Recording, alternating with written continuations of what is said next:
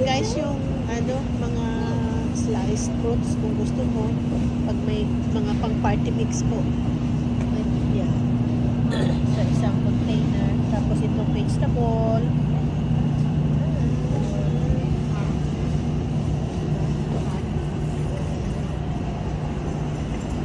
Pag tamad ka na pong maghiwa, yan na po ang bilhin mo. Diba? Ready to eat, but freshly chopped every day. Guys.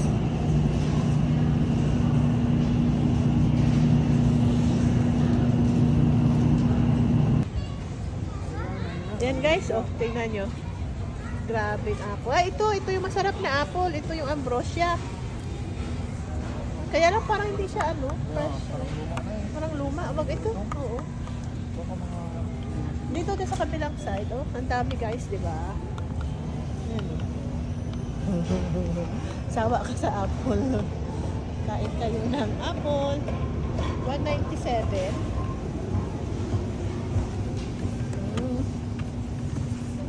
Hindi ito hindi na, maano pa.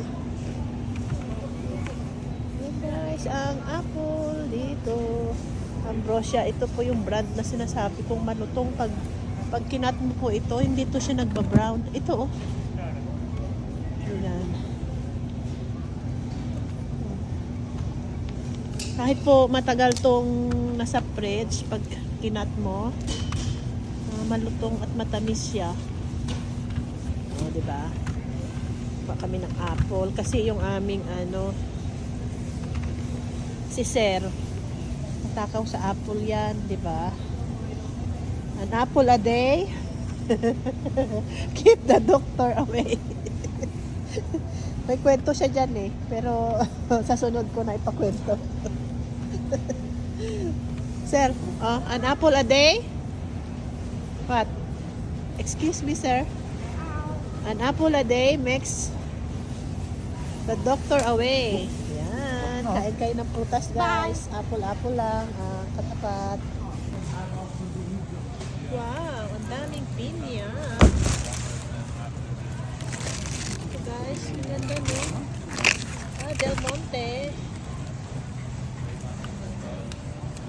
Mexico. Pineapple. Product of Costa Rica. Costa Rica. Tamis kaya ito? Ayan guys, oh. Daming pineapple. Ganda. Asin po ito. Ayan. So nice. Galing po sa Costa Rica. And then yung banana. Ayan. The banana is from Del Monte, but from Guatemala. Para pong sa galing din sa Pinas, ang daming prutas.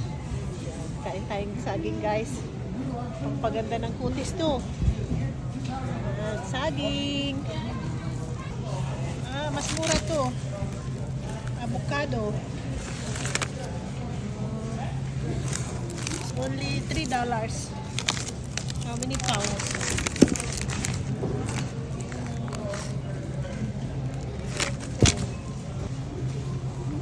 Oh, Miga, ito dami avocado, oh. Wow, avocado. How much is the avocado? How much is the avocado? Oh, $8? Daming avocado. Big order?